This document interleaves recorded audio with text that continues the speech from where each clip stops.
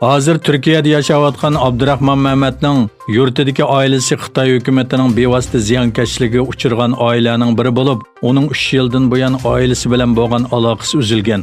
Yaqinda vatandan olgan xabariga qaraganda, Abdurahmon Mehmetning ota-onasi 2018-yil 12-oyda tutib ketilib, lagerga qamalgan. Abdurahmon Mehmetning akasi Ahad Mehmet 2017-yil 3-oyda Xitoy davlat xavfsizligi tarmoqlari tomonidan tutib ketilib, 20 yillik kesilgan. Abdurahmon Mehmetning Erkin Osiyo radiosiga oilasining tutqun qilinish ahvolini bayon qilishicha, Xitoy doiralari Turkiyada yashayotgan Abdurahmon Mehmetning yana bir akasini tutqun qilganda, Abdurahmonning tezdan yetib kelish kerakligini, bo'lmasa ota-onasiga va yurtidagi oilasiga yaxshi bo'lmaydiganligini aytib tahdid solgan. Uning akasi Ahad Mehmet bo'lsa 2005-yil Urumchidagi Islom institutini bitirib, Xo'sh noyisining Ushchaqdal bozoridagi Baytulloh masjidiga imom bo'lgan. Abdurahmon Mehmet ailesi uçurgan naqchilik ve adaletsizlikka qarshi bütün dunyoga xitob qilib, ularga ko'ngil bo'lishga chaqiriq qildi.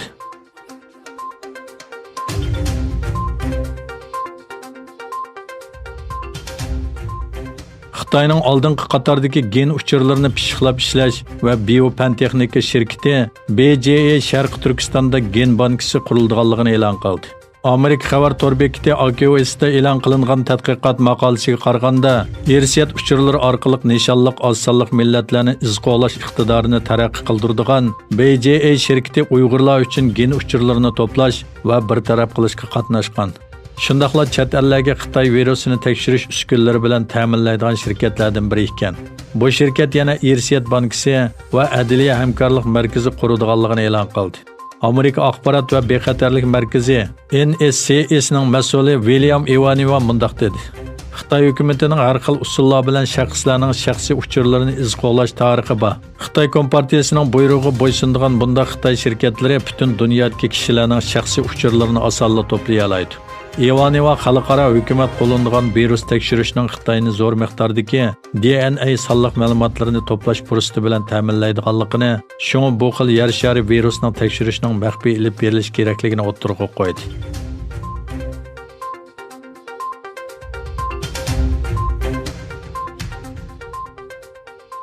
Germaniya markasi ئادىداس dağlıq futbolchi Türk futbolchi مەسۇت ئۆزىل bilan qo'llash kelishimini bekor qildi.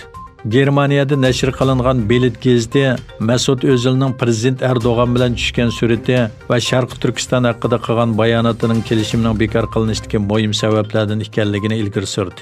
Angliya kundalik pochta gazetining xabarida 2021-yili oxirlashadigan ئادىداسning 5 million fond sterling kelishimining amaldan qoldirilishi, o'zining Germaniya davlat komandasidan ayrilishi va prezident Recep Tayyip Erdo'g'an bilan yaqinlashishi bilan munosabat kitob qaraldi.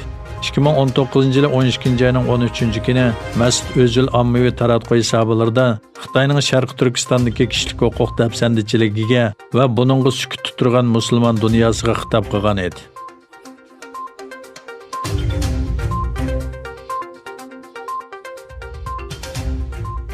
Hindiston va Xitoyning yuqori darajalik harbiy amaldorlari shanba kuni chegara punktiga yig'ilib, ikki davlat o'rtasidagi chegara mojrolarini muzokara qildi.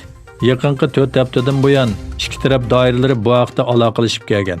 Hindiston hukumatining tor bekiti Hindiston vakillar umigining Hindiston armiyasining 14-korpus qo'mondoni Harinder Senegning rahbarligida ekanligi va Xitoy umigiga atalmish Janubiy Shinjang harbiy rayon qo'mondoni Mayor Liulin Shaoning qo'mondonlik qilganligini e'lon qildi.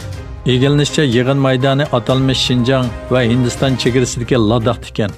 İki davlatning mudofaa ministrlarining amaldorlari oldingi kuni sinliq yig'in orqali chegaradagi jiddiylikning kuchayishini muzokara qilgan.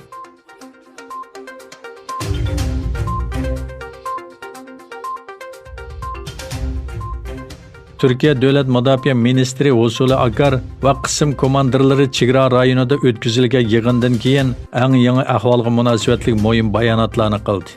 Minister Akar Ege dengizi, Sharqiy O'rta dengiz va Siprus masalalarini baholaganda xalqaro qonunni ta'kidladi. Minister Akar Sharqiy O'rta dengizidagi jiddiylik to'g'risida to'xtalib, biz masalamizni qonunli hal qilmoqchi dedi. Akar O'rta dengizidagi burg'ulash jiddiyligi haqida biz Turkiya bilan to'qinishga tayyormiz degan Gretsiya davlat mudofaa ministri Nikos Panagiotopoulosga javob berib, yuqorqi so'zlarni aytgan. O yana Türkiye bilan Gretsiya davlat mudofaa ministrligi hay'atlarining ixtilofni hal qilish uchun 2 oyda ishonch turg'izish yig'ini ochganligini ta'kidladi.